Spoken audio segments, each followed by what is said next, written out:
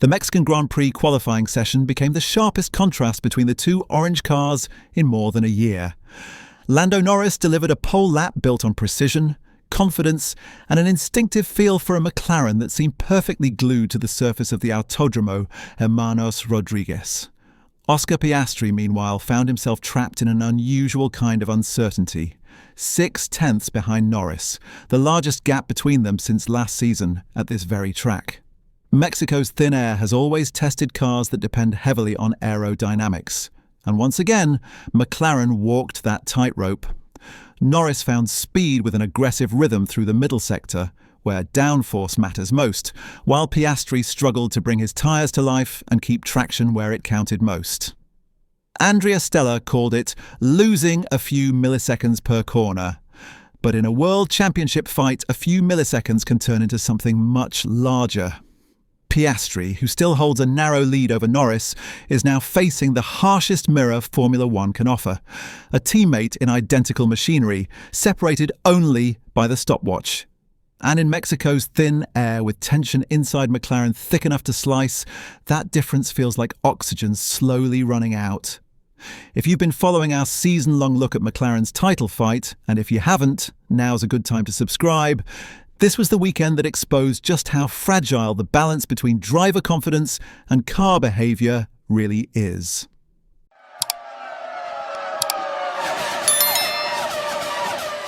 On paper, everything looked calm.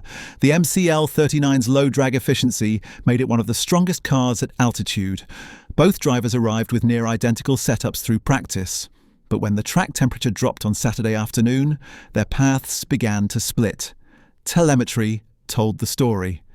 Norris rotated the car more aggressively, using rear instability to help it turn and heat the tyres.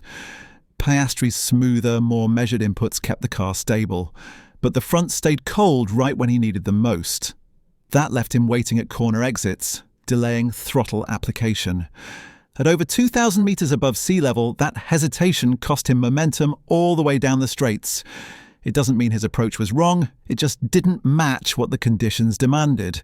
The irony is that Piastri's trademark precision, the same control that earned him wins earlier this year, became a weakness in Mexico. The circuit demanded improvisation, not calculation. While Norris let the rear of the car slide and breathe, Piastri tried to keep it tidy and contained. The data made it obvious. Norris carried 3 to 5 kilometers per hour more through the fast S's. Piastri lifted earlier to protect balance.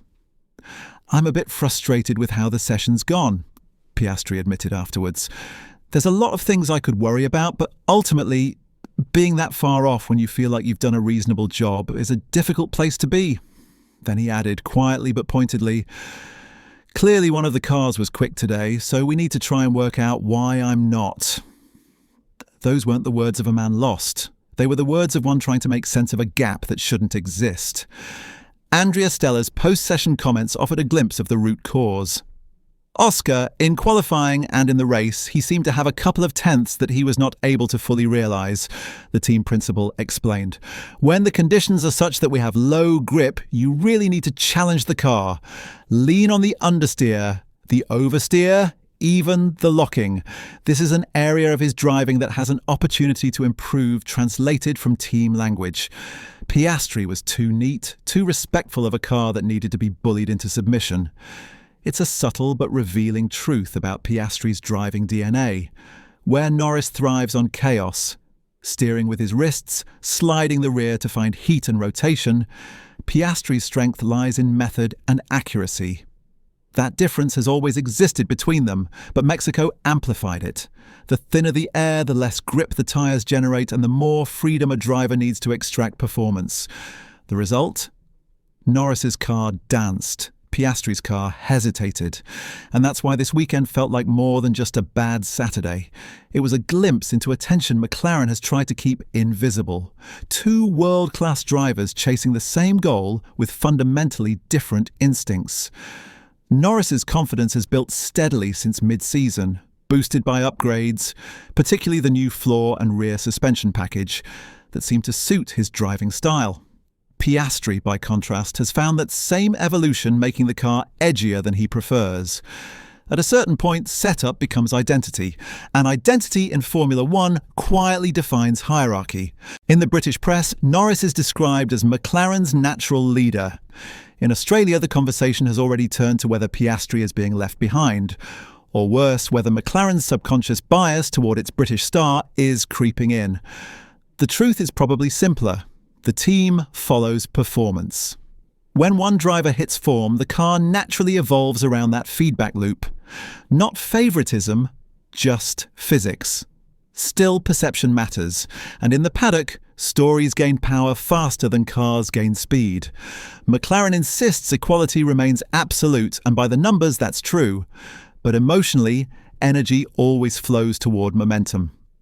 After Norris's pole, the garage atmosphere shifted. More laughter, more chatter, more movement around his side. On Piastri's side, there was focus, but also quiet, no drama. Just that cold silence of a group trying to understand what they missed. And that silence says more about pressure than any headline could. Because Piastri's battle isn't just mechanical now, it's psychological.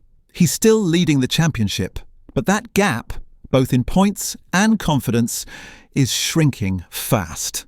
And for a young driver in only his second F1 season, these moments define trajectory. The technical story of his struggle is straightforward enough. In Mexico's thin air, the McLaren's aero platform becomes hypersensitive to ride height. Small differences in braking pressure, steering angle, or throttle release can swing tyre temperatures by several degrees. Norris's aggressive inputs generate that energy. Piastri's smoother approach leaves him on the edge of the operating window. So even when both cars are set up identically, they behave like completely different machines. That's not something easily fixed overnight. It's not about copying your teammates' driving, it's about finding your own translation of the same physics. That's why Stella's area to improve comment felt pointed, not critical, just factual. But it also hints at the deeper story behind McLaren's title tension. This is a team that rebuilt itself on precision and unity, the Papaya rebirth, the corporate professionalism, the calm logic. Now for the first time, that unity is being tested not by failure, but by success. Two drivers capable of winning, one car evolving slightly toward one of them, and a championship too close to manage without emotion. It's a dynamic that even Jacques Villeneuve commented on this weekend, noting that McLaren has to be careful not to fall into the same trap Ferrari did years ago, when internal balance turns into internal politics. A reminder that titles aren't just won on pace, they're managed through equilibrium. For Piastri, the next challenge is clear. He can't overthink this. His strength, analysis, can quickly turn into paralysis. He knows the data, he knows where the time was lost. Now he needs to rediscover the part of his driving that doesn't care about the numbers. Because that's the paradox of elite drivers. You can understand everything about your car and still miss the feeling that makes you fast. Nico Rosberg once said the hardest thing about fighting Hamilton wasn't speed. It was not letting self-analysis drown instinct. Piastri is standing on that same edge now. His race pace on Friday hinted that all is not lost. Long-run data suggested top 3 potential. Maybe even a win if strategy or safety cars fall his way. But qualifying defines narrative, and in this title fight, narrative is power. The difference between a confident driver and a confused one is often just timing. A tenth here, a corner there, a track that fits your touch. For Norris, Mexico was that moment. For Piastri, it was a reminder that consistency under pressure is a skill still forming. McLaren leaves Mexico with its first pole since Singapore. Norris looks like the driver on the rise.